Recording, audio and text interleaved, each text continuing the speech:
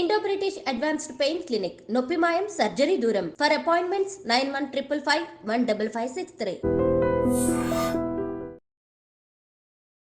నమస్కారం, welcome to I dream. ధర్మ మార్గం విత్ విజిత కార్యక్రమానికి స్వాగతం.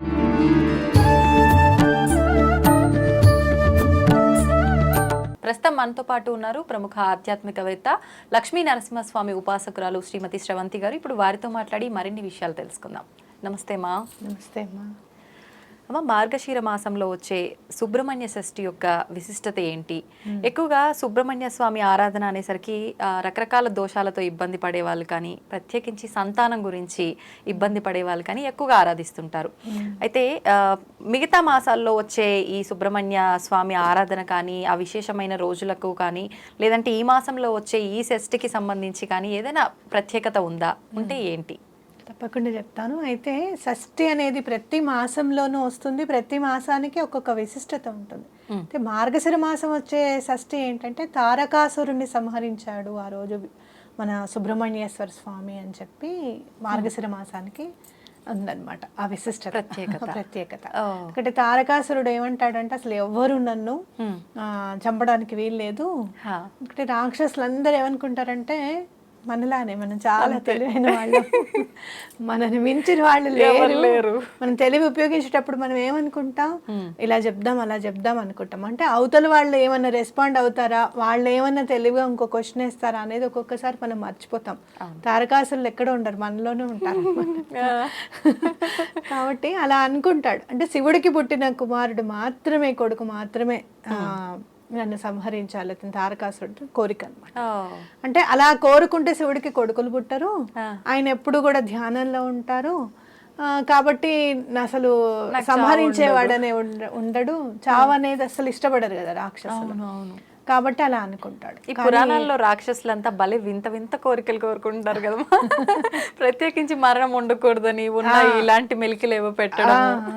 కానీ వాళ్ళు అలా కోరుకున్నారు కాబట్టి ఒక్కొక్క అవతారానికి విశిష్టత ఉంది. మీరు చూస్తే గనక హిరణ్యకశిపుడు కూడా అలా అనుకోవడం అంటే లక్ష్మీనరసింహస్వామి ఉద్భవించారు.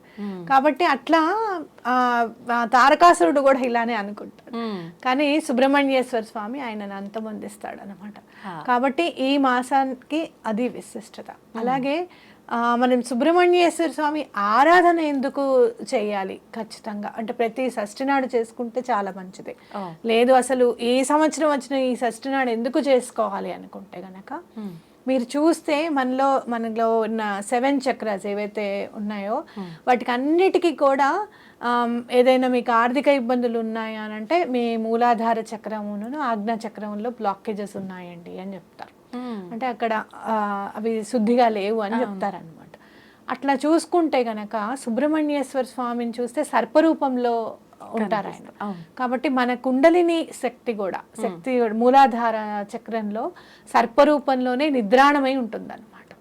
అది మనం ఎప్పుడైతే ఒక్కొక్క స్టెప్ యాక్టివేట్ అవుతూ ఉంటుందో, ఒక్కొక్క స్టెప్ యాక్టివేట్ అవ్వాలి అని అంటే మనం అంత మెడిటేషన్ చేస్తూ ఉండాలి. ఆ మెడిటేషన్ కనుక చేస్తూ ఉంటే ఒక్కొక్క చక్రం యాక్టివేట్ అవుతూ ఉంటుంది. అసలు స్వస్వరూప దర్శనం అని కానీ, భగవంతుడు అంటే ఏంటి అనేది కానీ ఆ రోజు ఫస్ట్ రోజు మెడిటేషన్ చేసుకున్నప్పటి నుంచే మనకు అర్థమవుతూ ఉంటుంది అనమాట. ఇది ఇలా ఉంది ఇలా ఉంది అని మనం చదువుకుంటూ ఉంటాం. కాబట్టి అదంతా ఏమీ లేదండి, మాకు అసలు కూర్చొని మెడిటేషన్ చేసే టైమే లేదు అంటే కనుక మన చక్రాలన్నీ తీసుకొని వెళ్ళి ఆయన చేతుల్లో పెట్టడం అనేది మనం చేయదగ్గ చాలా సింపుల్ పని. ఆయన నీకు దండం పెడుతున్నాం ఈ 2 చేతులు ఎత్తి, మాకేం కావాలో నువ్వే చూడు స్వామి అని చెప్పి గనక ఆయనకు దండం పెట్టుకుంటే మనకున్న ఈతి బాధలన్నీ కూడా అంటే ఫ్యామిలీ ప్రాబ్లమ్స్ ఏవైతే ఉన్నాయో అవన్నీ సాల్వ్ అవ్వడం కానివ్వు. ఎందుకంటే మీరు చూస్తే గనక పిల్లలు పుట్టాలంటే సుబ్రహ్మణ్యేశ్వర స్వామి, ఏదైనా ఇల్లు స్థలం కొనుక్కోవాలంటే కుజుడికి అధిపతి ఆయన సుబ్రహ్మణ్యేశ్వర స్వామి.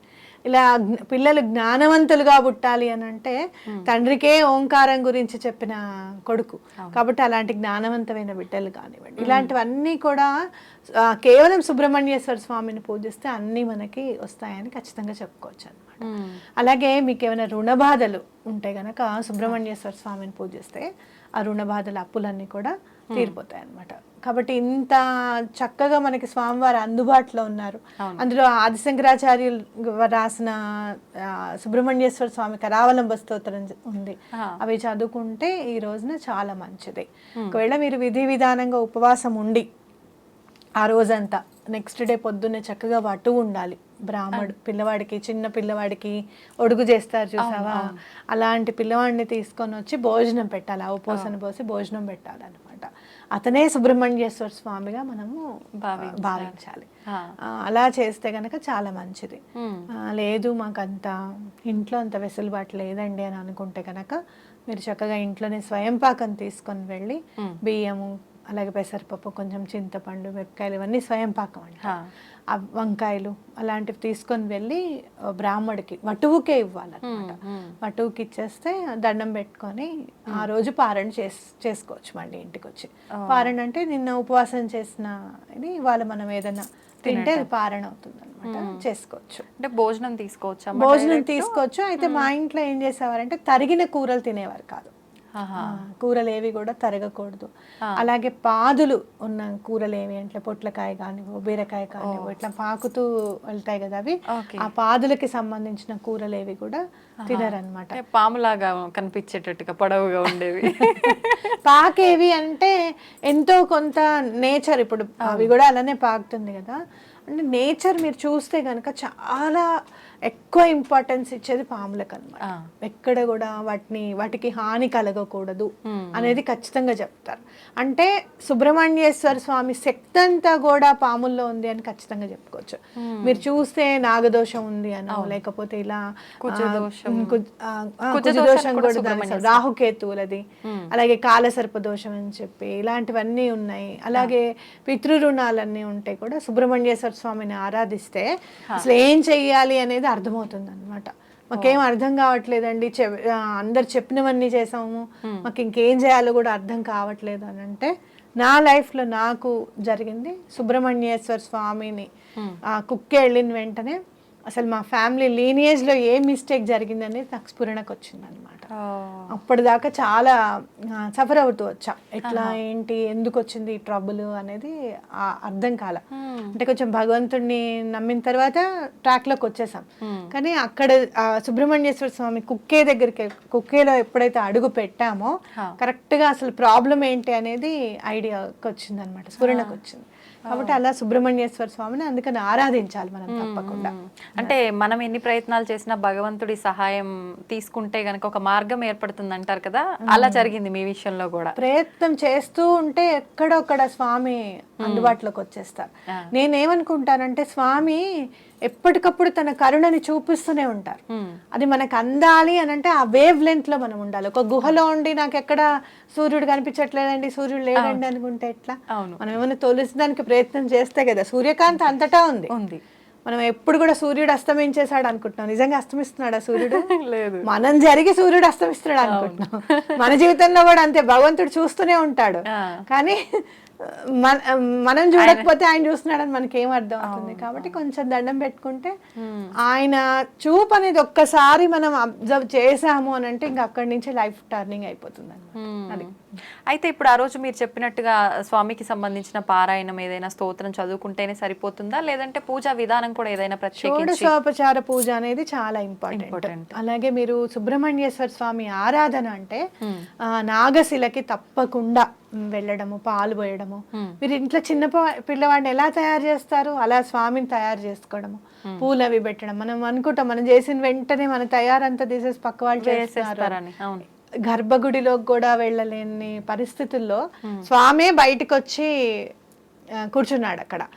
స్వామి మనకు ఒక్కడికే కొడుకు కాదు, అందరికీ పిల్లవాడే, అంతే కదా. కాబట్టి అలాంటివి ఏం ఫీల్ అవ్వకుండా ఒక్కటి మనం చేయాల్సింది ఏంటి అని అంటే దీపం కానివ్వండి, లేదు అంటే గనక ధూపాలు కానివ్వండి కొంచెం దూరంగా పెట్టడం. స్వామికి వేడి తగలకుండా అన్నమాట. కాస్త దూరంగా పెట్టుకుంటే చాలు. అంటే అదొకటిను. మీరు అన్నట్టు ఏం చదువుకోవాలంటే సర్పసూక్తానికి సంబంధించి సర్పసూక్తం అని ఉంటుంది, నాగ కవచం అని ఉంటుంది, సుబ్రహ్మణ్యేశ్వర స్వామి కరావలంబ స్తోత్రం ఉంటుంది. ఇవి చదువుకుంటే చాలా మంచిది. అయితే ఇంట్లో షోడశోపచార పూజ చేసుకొని ఇలానే ధూపం దగ్గరికి వచ్చినప్పుడు ఇవన్నీ చదువుకొని మిగతా ప్రసాదంగా స్వామికి మెత్తడివి పెట్టడం.